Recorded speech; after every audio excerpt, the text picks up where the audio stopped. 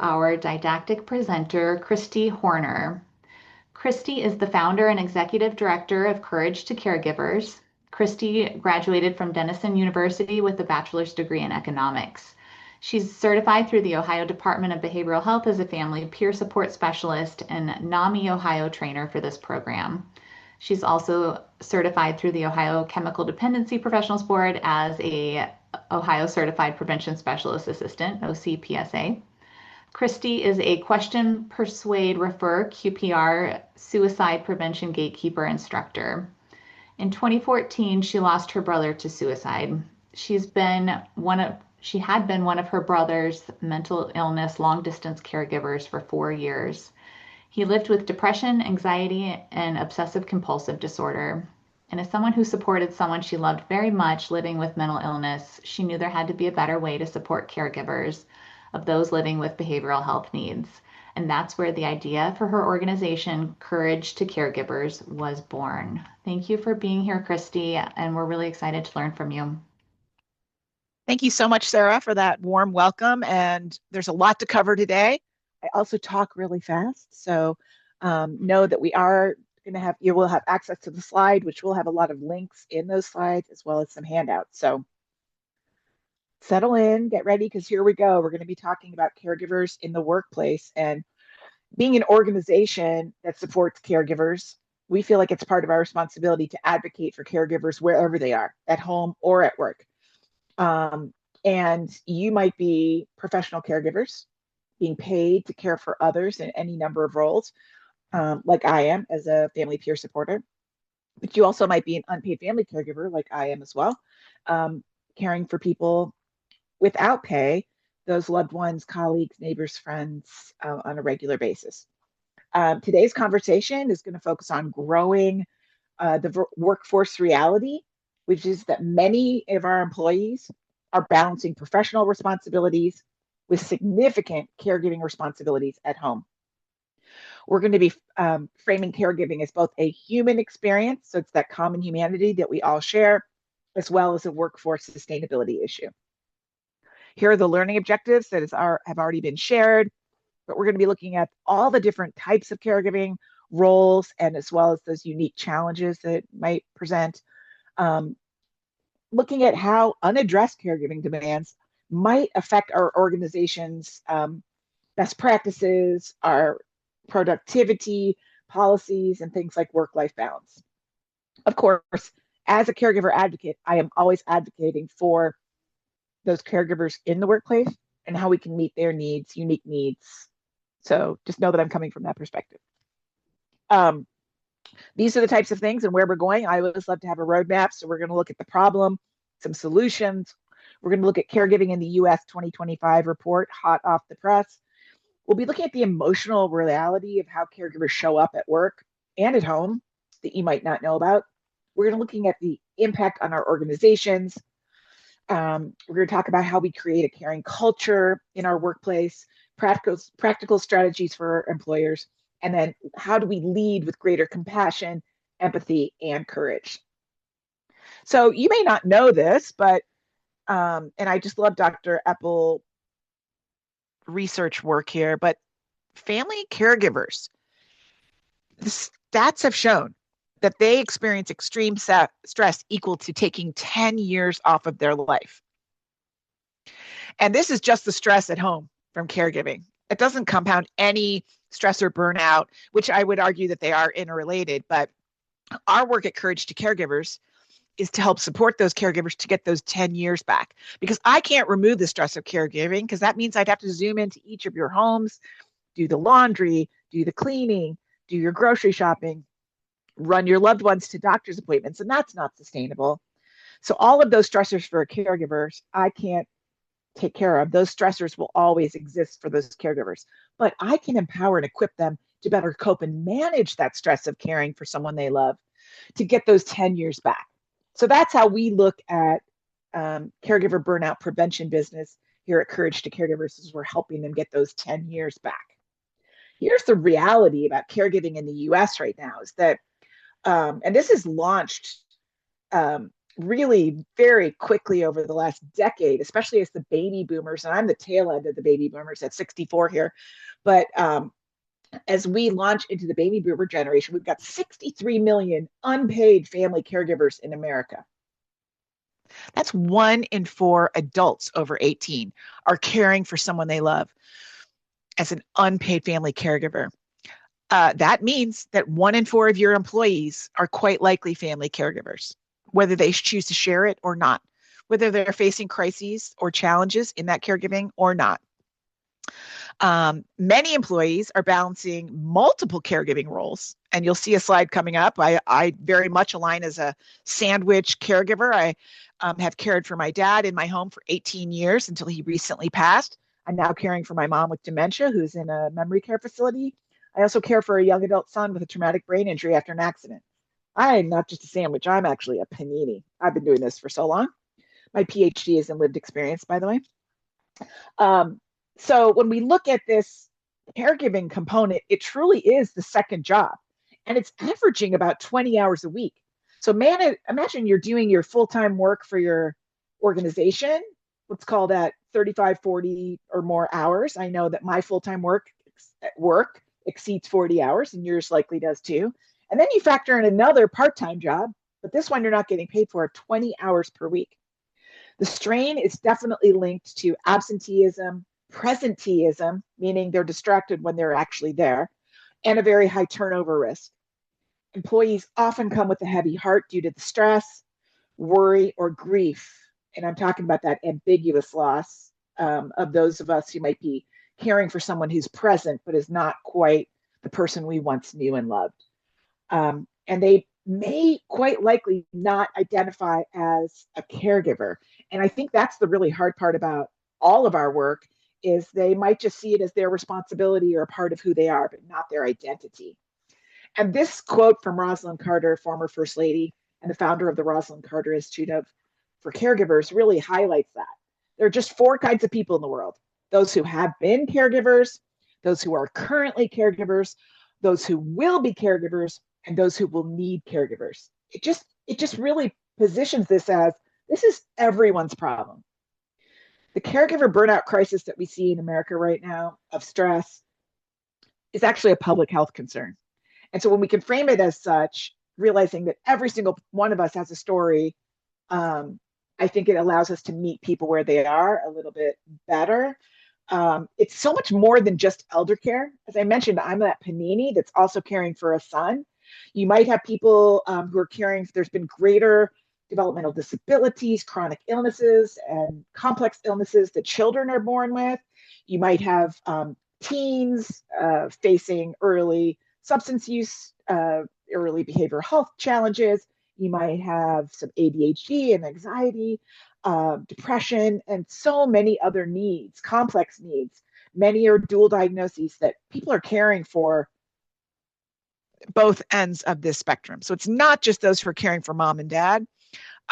We also have people that are caring for all relationships of care. We're seeing more and more partners or spouses caring for their loved ones with these early onset of any number of diagnoses. We're seeing a lot of Parkinson's. We're seeing a lot of cancer caregivers. We're seeing a lot of the behavioral health needs escalating, and of course, dementia and Alzheimer's, early onset in those 60s all the way through older age.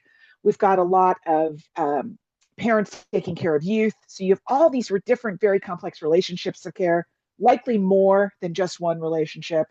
And that starts to compound the problem that we might see at work.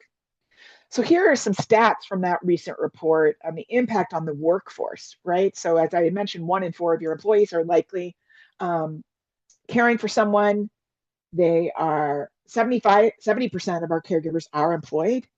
They're doing an average of 27 hours of care per week. And then 24% of these caregivers are providing 40 plus hours per week. They're be considered full-time. 50% of the caregivers studied report work disruptions, 64% high emotional stress, 50% financial strain. There just aren't reimbursable models. There are a few. Happy to talk offline about some of those access to supports. And 55% perform medical tasks, for which Medicaid, Medicare do offer and Medicare Advantage do offer some training for caregivers to get. But imagine, I'm not a nurse. I have no medical background, and yet I've had to learn a lot of things about how I've taken care of my parents in their last season of life, excuse me. Oops, there we go. Here's that sandwich panini I was talking about. There I am, right in the middle. 61% of caregivers right now are women. The average caregiver is about 51 years old. 24% of caregivers support more than one care recipient. 20% live in rural areas with less access to resources and services. And 61% identify as non-Hispanic white individuals. Just to give you some demographics there, I will say that, especially pertaining to the rural caregiver, that's where the real benefit of some of the work we do of having a family peer supporter. It's a credential in Ohio, allows us to really better serve and navigate resources, virtual resources, access to resources that they might not find in a more urban area. When we look at working caregivers at work and how they're showing up, I'll tell you, when things are good, they're good, right? And I can come, be fully present, and get my work done. But I always have to have my phone on because I am the POA for both of my parents and my son. And so if there's something that goes wrong, I'm the first call.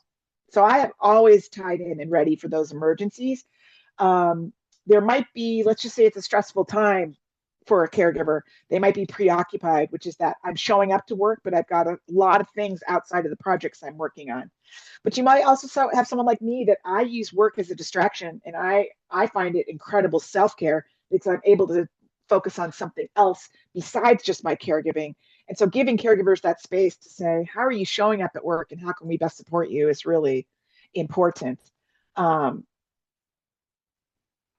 When we look at caregivers at home and we look at the amount of hours that the average caregiver is spending at home on their caregiving responsibilities, we start to understand and can appreciate why they're so tired, but why being flexible to the extent we can with our jobs is really, really important. Because if I didn't have that flexibility in my schedule to be able to go and care for my mom at her memory care unit or get her to an appointment or manage, the calls to the doctors, which are only available during my work hours as well, I have the flexibility to extend my work into the evening to make up for any of that caregiving time, onto the weekend if necessary. Make sure that someone's covering for me to answer our phones, etc. Making sure that I have the appropriate away messages, but looking at the ways we can be flexible in meeting those needs so that they can continue to effectively do both. We're going to get into some retention issues, but we all work really hard to cultivate, recruit, and onboard new employees. And that's a huge investment. But we also want to retain those really good employees. So how do we meet them and where they're showing up with whatever those needs might look like? Which is this perfect segue into they will be showing up with a heavy heart. It's that both and. I can hold both emotions at the same time. Work brings me tremendous joy to be helping others, but I have this tremendous amount of grief or worry and anxiety about how my loved ones are doing when I'm not present, or the future. So sometimes it's anticipatory grief. Sometimes it's that ambiguous loss of this is not the life I envisioned at 64 for myself, let alone my 34-year-old son. So how can I show up and be authentic and embrace the version of his life that now presents itself after his accident? It could also be they've had a lot of sleep disruption. Again, iPhone is close by because I need to be available for an emergency. So caregivers might show up tired. They also make thousands of decisions outside of work decisions. So when I tell you decision fatigue is real, it is so real. I got to the point yesterday where packing my mom for like the fourth time in 2 years, I couldn't even decide what had to stay and what could go. I just needed to close the door and walk away for yesterday because I couldn't take on one more decision about what should stay and what should go, even though I've done it 4 times. It can feel very overwhelming, and there's just so many things coming at us and vying for our attention. I also want to do a really good job for work. And so I want to show up for my peers. I want to show up for my prevention groups. I want to show up for all the things that I do in the most authentic way. So I want to be vulnerable, and I want to feel like I have that safe environment in which to do that. So we can support our team by normalizing these realities, giving them the space to talk about it, encouraging these supportive conversations, offering that flexibility, communicating the resources that your company might have. I will say that when our son had his accident and we had to go to New York to be with him while he was in ICU for 30 days, my husband's employer, which is a large metropolitan institution, I shall say without naming names, never once offered my husband FMLA. They had the same expectation for him in the ICU for those 28 days as we were struggling to keep our son alive, and never once even offered that to him as a conversation. It's just a, when am I going to get that report? When will you follow up with this client? And what are your deliverables this month? We need to be offering and telling our employees of all kinds about the resources that they have and that we have at our disposal. Why should we care about this? Because again, you put a lot of time, money, and energy into cultivating, onboarding, and you want to retain that good talent. We want to tell them that we believe in them, and how can we best do that? We also want to protect their productivity. And so if the expectation is 9 to 5 and that's it, and we can't budge and there's no flexibility, and I understand with some retail and some other positions that that's just the expectation, but how can we allow for some sharing of responsibilities in a short term? How long will this take? What will that look like? A lot of this is going to gear around policies and procedures, which I know will come up later today and in some of the handouts that I have for you. We should care about those employees and their health and well-being as humans.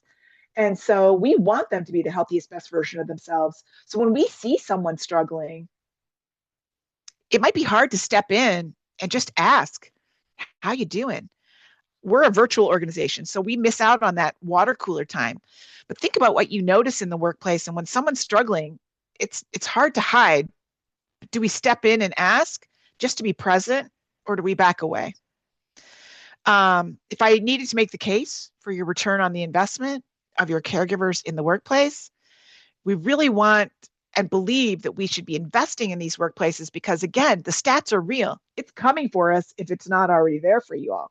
It's going to improve our retention by having these healthy places to work, lower turnover, preserved institutional knowledge. I've got employees who've been with me since day one. I don't want to lose them due to their caregiving responsibilities. Morale is better across the board. We have less absenteeism, improved productivity, well-being, stronger engagement, better presenteeism. Burnout comes down, lower health costs, a stronger workplace culture, because after all, this very present culture of burnout that we've come to accept across America, it's got to start with us and how we show up and what the message and what we're setting the example for our employees to stop and say, we want this to be a healthier culture and not one where people are burning out left and right. So how do we do that? We show up with compassion, empathy. We create this psychological safety in the workplace. It's not just up to the HR folks or our managers. Every single one of us has a responsibility in how we bring that to our workplace. The courage to have really supportive conversations. It's that stepping in and asking when we're afraid and don't want to violate someone's privacy, perceived privacy. And it's recognition that our employees are whole people and that we believe in them. This is that common humanity of how we want to be treated. So what is compassion? Compassion is empathy in action. That's the way I like to look at it. And I'm sure that's a Brene Brown quote or allude to her work. Kindness is that, it's that being nice, respecting the privacy. Hey, how you doing? How was your weekend?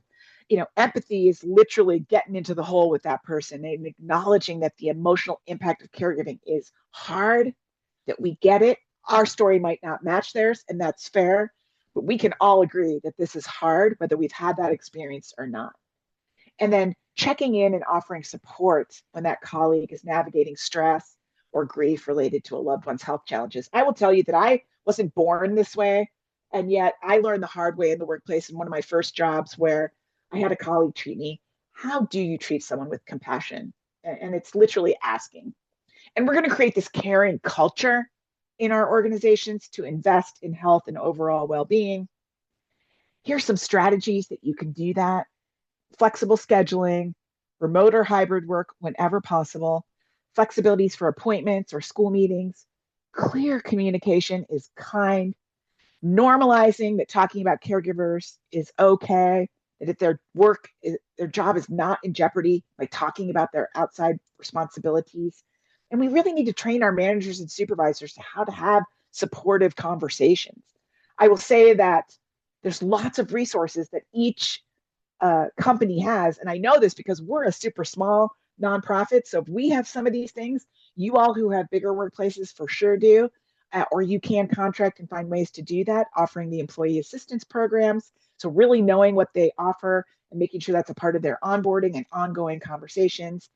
Create an employee resource group or encourage them to create an employee resource group focused just on caregivers. We've helped some companies do that recently and employees, and it's been a real value add to that organization. Have lunch and learns, bring in experts, provide them caregiver resources like the work we do and others. Make sure they educated on their benefits, including FMLA and what that looks like, and make sure that your policies and procedures are reflective. Here's a lot of the examples of the ones I'm going to suggest that you have. And again, I think that you're going to hear more about that in the next presentation. And then you'll get a handout with all the dialogue about the Greater Good Science Center leading with compassion. There'll also be a link here in the PowerPoint when you get it. I encourage you to do that on behalf of your organization. When we support people who support others, we strengthen families, we strengthen our workplaces, and we strengthen the entire community. You can be a really valuable part of supporting a caring culture. So I look forward to the next part and connecting with anyone who has questions offline later.